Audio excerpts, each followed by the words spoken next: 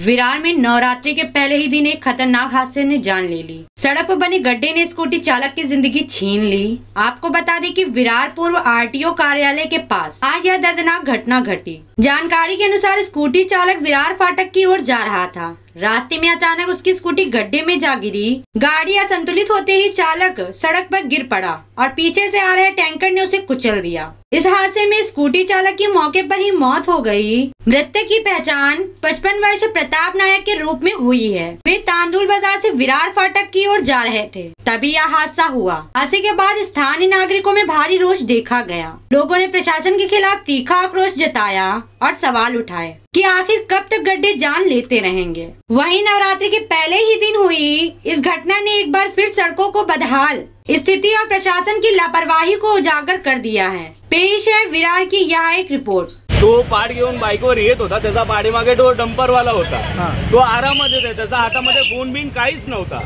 तो ओव्हरटेक करत आला की स्पीड त्याचा कंट्रोल मध्ये नाही राहिले। डंपरवाल्याचा कोणाला काही माहित नाही, त्याने डायरेक्ट गाडी उडवली आणि तो डायरेक्ट आत गेला। मी बाईक तिकडे समोर लावली, पळत पळत आलो इकडे बघायला, तेवढा तो डंपरवाला तिकडून छू झाला।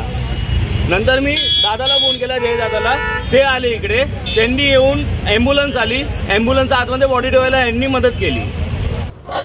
सर काय सांगाल, एक अपघात होणे का इसमाचा मृत्यू झालेला आहे, आपण घटनास्थळावरती आलेली, काय परिस्थिती आहे? सध्या मी आता आहे इथे पाहणी केलेली आहे।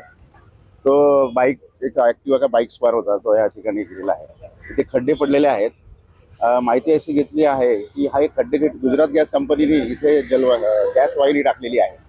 गॅस वाहिनी टाकताना तो ट्रेंच करून त्याच्यात टाकलेला आहे। रस्ता PWDचा आहे, त्यांनी परवानगी दिलेली आहे त्यांना, आणि त्याच्या संदर्भात जे काही शुल्क असेल रस्ता रिस्टोर करण्यासाठी ते शुल्क गॅस कंपनीने PWDला भरलेलं आहे।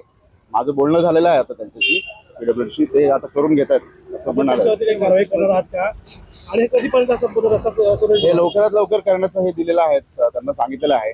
बाकी देखील खड्डे आहेत ते भरण्याचा प्रयत्न महापालिकेचा आहेच आहे। हे आम्ही लवकरात लवकर पाऊस जसा कमी होईल लवकर करून घेऊ। वसईविरार शहरामध्ये सर्वच रस्त्यांवरती खड्ड्यांचं साम्राज्य पसरलेलं आहे। आपल्या महापालिका प्रशासनाकडून हे खड्डे बुजवण्याचं काम होत नसल्यामुळे दुर्दैवी घटना देखील घडत आहे। या पुढचं काय पाऊल असेल?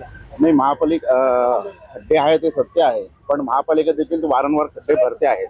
गणपती येण्यापूर्वी पण आपण सगळं शहराला जेवढे रस्ते जोडता आहेत, हायवेपासून येतात ते सगळे जोडले होते, केले होते कामं, रस्त्याचं खड्ड्याचे दुरुस्तीचं काम देखील केलं होतं। पण परत हा पाऊस आहे, आवडत नाही। काल बघा तुम्ही, आजचा रेकॉर्ड असा की 3000 mm पाऊस आहे, सततचा पाऊस पडतच आहे, उसंत मिळत नाहीये, त्यामुळे खड्डे भरायला ते अडचणी होत आहेत। तसा पाऊस जाईल तसा आम्ही पटकन